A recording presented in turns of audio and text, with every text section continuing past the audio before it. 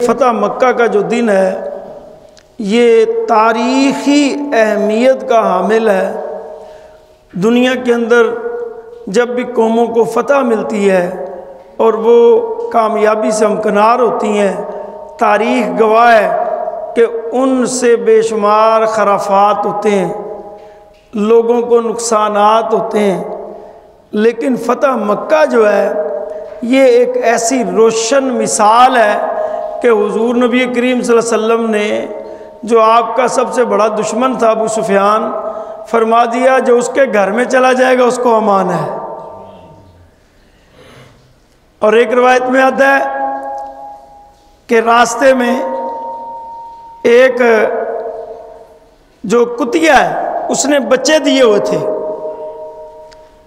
تو فتح مکہ والے دن لشکر تھا بہت بڑا، تو جو لوگ نبی کریم صلی اللہ علیہ وسلم کی تاریخ زندگی کو مطالعہ نہیں کرتے اور سنی سنائی باتوں پہ جو ہے نا وہ رائے قائم کر دیتے ہیں، تو ان کے لیے یہ مثال جو ہے یہ بہت بڑی مثال ہے نبی رحمت کی کہ آپ کتنے رحیم تھے، کتنے کریم تھے۔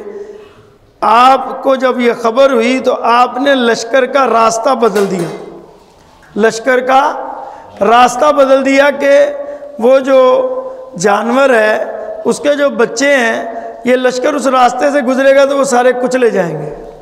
یعنی حضور صلی اللہ علیہ وسلم کی ذات کے کئی پہلو ہیں، آپ کی ذات مبارکہ کے کئی پہلو ہیں، لیکن یہ جو رحمت کا پہلو ہے یہ بڑا غور طلب ہے کہ آپ کریم آقا علیہ الصلوۃ والسلام جانوروں کے بھی معاملے میں کتنے حساس تھے، اور انسانوں کے لیے تو آپ بن کے ہی رحمت آئے تھے بلکہ پوری کائنات کے لیے رحمت بن کے آئے تھے۔ آج میرا موضوع ہے جو میں نے آیت پڑھی ہے آپ حضرات کے سامنے سورہ آل عمران کی کہ وَلَقَدْ نَصَرَكُمُ اللَّهُ بِبَدْرٍ وَأَنْتُمْ أَذِلَّةٌ۔ اللہ رب العزت فرماتا ہے کہ اور بے شک اللہ نے مقام بدر میں تمہاری مدد کی حالانکہ تم بے سر و سامان تھے۔ فَاتَّقُوا اللَّهَ لَعَلَّكُمْ تشکرون، بس اللہ سے ڈرتے رہو تاکہ تم شکر گزار ہو جاؤ۔ اس آیت کا جو شان نزول ہے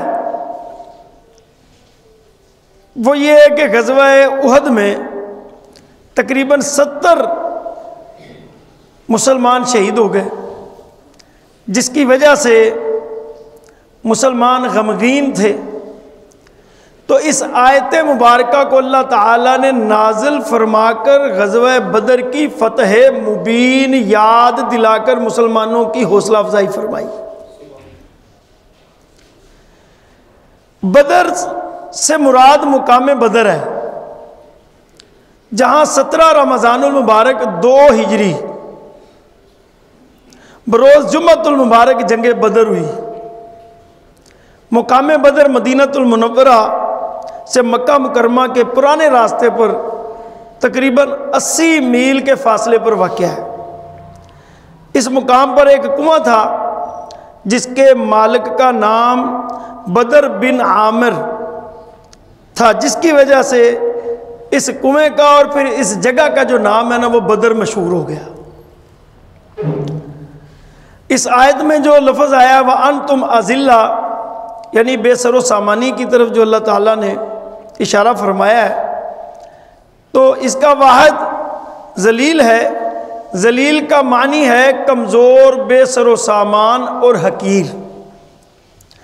پہلے دونوں معنی درست ہیں اور تیسرا معنی یعنی حقیر درست نہیں، کیونکہ اللہ تعالیٰ نے اپنے پیارے نبی صلی اللہ علیہ وسلم کے غلاموں کو وَأَنْتُمُ الْأَعْلَوْنَ کا خطاب دے کر سر بلند فرما دیا اور رتبہ آپ کا بلند فرمایا اپنے نبی کے اصحاب کا۔ اور دوسرا اس میں آیا فَاتَّقُوا اللَّهَ یعنی تقوی۔ تقوی کا شرعی معنی ہے کہ اللہ تعالیٰ کی ناراضگی کے مقامات سے بچا جائے۔ تقوی کیا ہے؟ اللہ کی ناراضگی کے مقامات سے بچا جائے، یہ تقوی ہے۔ اور شکر کا معنی کیا ہے؟ شکر کا معنی ہے کہ انعام کرنے والے کو، جس کو انعام دیا جاتا ہے، اس کا ماننا اور انعام لینے والے کا عظمت کا، یعنی اس کے اوپر جو اللہ تعالیٰ کی رحمت ہے، جو فضل ہے، اس کا اظہار کرنا جو ہے نا، یہ شکر ہے۔ جس کو انعام ملتا ہے وہ اس کا شکر ادا کرتا ہے، تو یہ اس کی عظمت ہے۔ اب آپ کو میں بتاتا ہوں کہ غزوہ بدر کیوں ہوا۔ غزوہ بدر کی کئی وجوہات ہیں، لیکن ایک وجہ، وہ بڑی وجہ وہ یہ تھی کہ صحابی رسول حضرت سعد بن معاذ انصاری رضی اللہ تعالی عنہ، آپ جب مکہ مکرمہ میں طواف کعبہ کے لیے جا رہے تھے تو ابو جہل نے کہا کہ اگر تم ابو سفیان امیہ کے مہمان نہ ہوتے تو تم اپنے گھر صحیح سالم واپس نہ لوٹتے، جس کے جواب میں سعد رضی اللہ تعالیٰ عنہ نے فرمایا کہ اگر تم ہمیں کعبہ سے روکو گے تو ہم تمہارا تجارتی راستہ، یعنی شام کی طرف جو راستہ تجارتی ہے، اس راستے کو پھر ہم بھی روکیں گے۔ قریش نے کبھی کسی کو خانہ کعبہ آنے سے نہیں روکا تھا، یہ پہلا موقع تھا، تو لہذا حضور نبی کریم صلی اللہ علیہ وسلم نے کفار مکہ کو اس پابندی کے ہٹانے پر مجبور کرنے کے لیے حضرت سعد رضی اللہ تعالیٰ عنہ کی دھمکی کے مطابق اقدامات اٹھانے کا فیصلہ کیا۔ اب صحابہ کرام سے مشورہ جات ہوئے اور ادھر ابو سفیان تجارتی قافلہ لے کر شام کی طرف گیا ہوا تھا۔ اب ادھر سے جب حضرت سعد کی دھمکی ملی تو کفار مکہ جو ہے یہ بھی اپنا ساز و سامان لے کر اور جنگ کے لیے نکل پڑے، اور وادی زفران میں جب مشاورت ہوئی رسول اللہ صلی اللہ علیہ وسلم کی طرف سے صحابہ کرام کے ساتھ، تو دو رائے پیدا ہوئی۔ ایک رائے یہ پیدا ہوئی کہ تجارتی قافلے کو روکا جائے، اور دوسری رائے یہ پیدا ہوئی کہ جو کفار لشکر لے کر سامان جنگ کے ساتھ آ رہے ہیں ان کو روکا جائے۔ اب اس موقع پر رسول اللہ صلی اللہ علیہ وسلم نے یہ مضبوط جو ہے وہ سب کو فرمایا اور رائے بھی دی کہ ہمیں جو مسلح لشکر ہے اس کے ساتھ مقابلہ کر کے کفار کو شکست فاش دینا چاہیے۔ تو صحابہ کرام کا کچھ کا یہ مشورہ تھا کہ ہم تجارتی قافلہ کو روکیں، لیکن جب صحابہ نے محسوس کر لیا، یہ سنیں ذرا آپ سب حضرات، بات بڑی توجہ والی بات ہے، ہم ذرا سی کوئی بات سخت کر دیں نا ہماری طرف سے، کوئی اہل غیرت ہمارا کوئی عالم دین یا کوئی مقرر، تو بہت سارے پلپلے لوگ کہتے ہیں نہیں نہیں نہیں نہیں، حضور تو بڑے رحمت للعالمین تھے، حضور تو بڑے نرم مزاج تھے۔ یہ رسول اللہ صلی اللہ علیہ وسلم کا فیصلہ سنیں۔ بدر کے مقام پہ حضور فرماتے ہیں کہ جو لشکر لے کر آ رہا ہے، جو جنگ کے لیے آ رہے ہیں، ان کے ساتھ پہلے مقابلہ کر کے ان کو شکست فاش دینی ہے۔ تو جب صحابہ نے محسوس کیا نا کہ رسول اللہ صلی اللہ علیہ وسلم جنگ کے لیے بالکل تیار ہیں، تو پھر تمام صحابہ نے، جن میں حضرت سیدنا صدیق اکبر رضی اللہ تعالی عنہ، حضرت عمر، حضرت مقداد، حضرت سعد بن معاذ نے نہایت پرجوش انداز میں قربانیاں پیش کرنے کا عزم کا اظہار کیا، اور حضرت مقداد رضی اللہ تعالیٰ عنہ نے کہا کہ حضور ہم تو قوم موسیٰ کی طرح نہیں کہیں گے کہ آپ اور آپ کا رب جا کر لڑے، بلکہ آپ کے چاروں طرف قتال کریں گے۔ اور حضرت سعد نے کہا یا رسول اللہ صلی اللہ علیہ وسلم اگر آپ ہمیں حکم دیں تو ہم اپنے جو گھوڑے ہیں نا ان کو سمندروں میں ڈال دیں۔ اور پھر صحابہ کرام کی طرف سے جب یہ شاندار اظہار ہوئے تو رسول اللہ صلی اللہ علیہ وسلم نے تبسم فرمایا اور خوشی کا اظہار فرمایا۔ اب رسول اللہ صلی اللہ علیہ وسلم نے جنگ سے پہلے کچھ خوشخبریاں اور بشارتیں دیں۔ لشکر اسلام مقام بدر پر پہنچا۔ حضرت انس رضی اللہ تعالیٰ عنہ فرماتے ہیں کہ رسول اللہ صلی اللہ علیہ وسلم نے فرمایا یہاں فلاں کافر مرے گا، اس مقام پر فلاں کافر گرے گا اور یہاں اس کی لاش ہوگی۔ آپ نے اس کے نشانات لگائے۔ رسول اللہ صلی اللہ علیہ وسلم کے اس ارشاد کے بعد حضرت عمر فرماتے ہیں کہ دوسرے روز جب جنگ ختم ہوئی، جب ہم نے ان نشانات کو چیک کیا تو پتہ چلا کہ قسم اس ذات کی جس جگہ رسول اللہ صلی اللہ علیہ وسلم نے نشانات لگائے تھے، ارشاد فرمایا تھا، اس جگہ ہی وہی کافر جن کے متعلق بتایا تھا وہ مرے پڑے تھے۔ یعنی میرے نبی صلی اللہ علیہ وسلم کی جو غیب کی خبر بتانے والی بات ہے وہ یہاں پر صادق آتی ہے۔ نبی غیب دان، آپ نے جو فرمایا وہ حرف بحرف سچ ثابت ہوا۔ اور پھر کیا ہے کہ حضور نبی کریم صلی اللہ علیہ وسلم نے اتنی دعا فرمائی، اس طرح گر گڑائے اللہ کی بارگاہ میں اور عرض کیا یا اللہ جو وعدہ تو نے فرمایا وہ پورا فرما، اے میرے اللہ مجھے عطا فرما جو تو نے مجھ سے وعدہ فرمایا ہے، اے اللہ، اور اگر اہل اسلام کی یہ جماعت ہلاک ہو گئی تو تیری عبادت کون کرے گا؟ یعنی اس طرح کے الفاظ رسول اللہ صلی اللہ علیہ وسلم ہاتھوں کو پھیلا کے نہایت عاجزی سے دعا مانگتے رہے۔ اتنی دعا مانگی کہ حضرت سیدنا صدیق اکبر رضی اللہ تعالی عنہ کو کہنا پڑا کہ یا رسول اللہ صلی اللہ علیہ وسلم بس کر دیجئے حضور، اللہ نے آپ کی دعائیں قبول فرما لی ہیں۔ پھر آپ کریم آقا علیہ الصلوۃ والسلام جھونپڑی میں جس جگہ تشریف فرما تھے، آپ کو چند لمحوں کے لیے اونگ آ گئی۔ پھر جب آپ کی آنکھ کھلی تو آپ نے ابو بکر کو، حضرت سیدنا صدیق اکبر کو بلایا اور فرمایا کہ ابو بکر تمہیں خوشخبری ہو، تمہارے پاس اللہ کی مدد آن پہنچی ہے، وہ دیکھو جبریل امین آئے ہوئے ہیں۔ اب جنگ کے موقع پر بھی میرے آقا صلی اللہ علیہ وسلم کا عدل کمال تھا۔ آپ صفے سیدھی فرما رہے ہیں تو صفے سیدھی فرماتے آپ کے ہاتھ میں چھڑی تھی، تو وہ جو چھڑی ہے نا، وہ چھڑی حضرت سواد رضی اللہ تعالی عنہ کے پیٹ پہ لگ گئی۔ تو حضرت سواد رضی اللہ تعالیٰ عنہ نے اسی موقع پر نہ قصاص کا مطالبہ کر دیا۔ تو میرے اور تمہارے کریم آقا علیہ الصلوۃ والسلام نے اسی موقع پر اپنا پیٹ ننگا کر کے کہا کہ میرا پیٹ قصاص کے لیے حاضر ہے۔ تو حضرت سواد رضی اللہ تعالیٰ عنہ فوری دوڑے اور نہایت گرم جوشی سے رسول اللہ صلی اللہ علیہ وسلم کے پیٹ مبارک کو چوم لیا اور ساتھ چپک گئے۔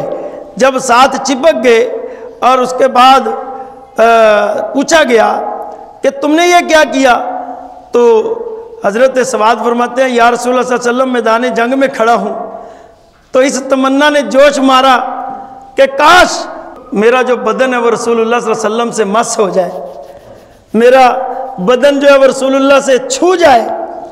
اس پر حضور صلی اللہ علیہ وسلم نے حضرت سواد رضی اللہ تعالیٰ عنہ کے لیے دعائے برکت فرمائی۔ اب اس سے کیا ثابت ہوتا ہے؟ اس سے ثابت ہوتا ہے کہ بدن نبوی صلی اللہ علیہ وسلم کو مس کرنے والی ہر شے جو ہے وہ برکت والی ہو جاتی ہے۔ میرے آقا و مولا صلی اللہ علیہ وسلم کی وفائے عہد ذرا سنیں۔ دشمن چالیں چلتے ہیں نا، تو میرے آقا و مولا صلی اللہ علیہ وسلم آپ پر قربان جائیں، آپ کا ہر عمل، ہر ادا، ہر کام جو ہے وہ امت کے لیے کتنی رہنمائی کرتا ہے۔ آپ نے دیکھا کہ حضرت حذیفہ اور حضرت ابو حسیل رضی اللہ تعالیٰ عنہ کہیں سے آ رہے ہیں، کفار نے انہیں راستے میں روک لیا اور ان سے اس وعدے پر چھوڑا کہ تم جو ہے لڑائی میں شریک نہیں ہوگے۔ تو یہ دونوں صحابی جب میدان بدر میں پہنچے تو رسول اللہ صلی اللہ علیہ وسلم نے ان سے استفسار فرمایا، تو انہوں نے واقعہ بیان فرمایا، تو پھر آپ نے ان کو علیحدہ فرما دیا۔ آپ نے کہا کہ تم جنگ میں شریک نہیں ہوگے، ہم ہر حال میں عہد کی پابندی کریں گے اور ان پر اللہ کی مدد طلب کریں گے۔ اب آپ دیکھیں کہ دشمن کے مقابلے میں جو ہے نا دشمن 3 گنا ہے اور مسلمانوں کا لشکر 1 گنا ہے، یعنی 313 کی تعداد ہے اور دشمن کی تعداد 1000 کے قریب ہے، 900 سے اوپر ہے۔ لیکن وعدہ کی وفا اور وعدہ کی پاسداری آپ اس موقع پر بھی سامنے رکھتے ہوئے پوری کر رہے ہیں، حالانکہ آپ نے وعدہ نہیں کیا، وعدہ تو انہوں نے کیا، لیکن آپ نے وفائے عہد جو ہے اس کو اس موقع پر بھی سامنے رکھا۔ اب یہاں پر ایک میں آپ کو اہم نقطہ اور بیان کر دیتا ہوں۔ جب یہ کفار جنگ کے موقع پر تو وہاں پر ایمان لڑا نا اور کامیابی اور فتح ہوئی، تو جب کفار مارے گئے تو جنگ بدر کے بعد رسول اللہ صلی اللہ علیہ وسلم 3 روز اس میدان میں قیام پذیر رہے، اور جب آپ کے حکم سے سرداران قریش کی لاشوں کو ایک گڑھے میں ڈالا گیا تو حضور نبی کریم صلی اللہ علیہ وسلم نے ان لاشوں سے گفتگو فرمائی، حل وجدتم ما وعدکم ربکم حقا، کیا تم نے جو تمہارے رب نے تم سے وعدہ کیا سچ پا لیا ہے؟ لوگوں نے عرض کیا یا رسول اللہ صلی اللہ علیہ وسلم آپ مردہ لوگوں سے مخاطب ہیں، تو آپ نے فرمایا ما انتم باسمع لما اقول منہم، جو باتیں میں کہہ رہا ہوں تم لوگ ان باتوں کو ان لاشوں سے زیادہ سننے والے نہیں ہو۔ اب اس مضمون سے کیا پتہ چلتا ہے کہ رسول اللہ صلی اللہ علیہ وسلم کا یہ فرمان اور یہ آپ کا کہنا، اور حضرت عمر بھی اس وقت موجود تھے اور آپ نے رسول اللہ سے سوال کیا یا رسول اللہ صلی اللہ علیہ وسلم یہ آپ کو جواب دے رہے ہیں یا آپ کی بات سن رہے ہیں؟ تو رسول اللہ صلی اللہ علیہ وسلم نے فرمایا کہ یہ جو مردہ ہوتا ہے یہ زندہ سے زیادہ قوت سماعت رکھتا ہے جی، حتیٰ کہ تمہاری جو جوتیوں کی آواز ہوتی ہے یہ اس آواز کو بھی سنتا ہے۔ اور یہاں مجھے ایک بات یاد آ گئی، اگر کوئی پوترا دادا کے مزار پہ جاتا ہے دعا کے لیے، تو جب وہ چلتا ہے نا اپنے گھر سے، روایت میں آتا ہے کہ دادے کو قبر میں اس کے چلنے کی آواز آتی ہے۔ سمجھ آئیے؟ اب یہ جو واقعہ بدر ہے، اگر آج ہم اپنی اصل کی طرف لوٹیں تو جو بیت المقدس میں اس وقت ظلم و ستم ہو رہا ہے اور مسلمان پس رہے ہیں، اور ہر سال یہودی اور اس کے گماشتے لوگوں کو وہاں پر مسجد جو بیت المقدس ہے فلسطین میں ہراساں کرتے ہیں، فائرنگ کرتے ہیں، جیلوں میں بند کرتے ہیں، شہید کرتے ہیں، تو آج اگر ہم بحیثیت مسلمان پوری دنیا کے اکٹھے ہو جائیں، کھڑے ہو جائیں، تو ان کی جرأت ہے؟ نہیں ہے۔ ہوا کیا ہے کہ ہم نے عزت والا راستہ، کون سا راستہ؟ بولو جی کون سا؟ عزت والا راستہ ہم نے، جو جہاد ہے اس کو ترک کر دیا ہے، چھوڑ دیا ہے۔ آئے ذرا دیکھیں پوری دنیا کے اندر کہیں پر جہاد جاری ہے؟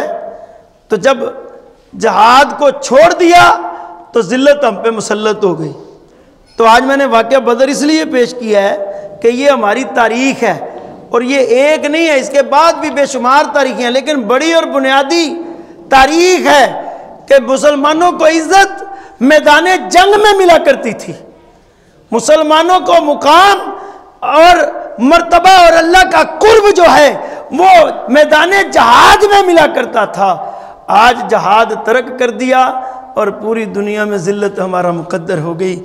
اللہ تعالی ہم سب کو اپنے پیارے نبی صلی اللہ علیہ وسلم کی محبت میں جو آپ کے اعمال صالحہ ہیں، اعمال غیرت والے ہیں، ان پر عمل کرنے کی توفیق عطا فرمائے، آمین بجاہ نبی الکریم۔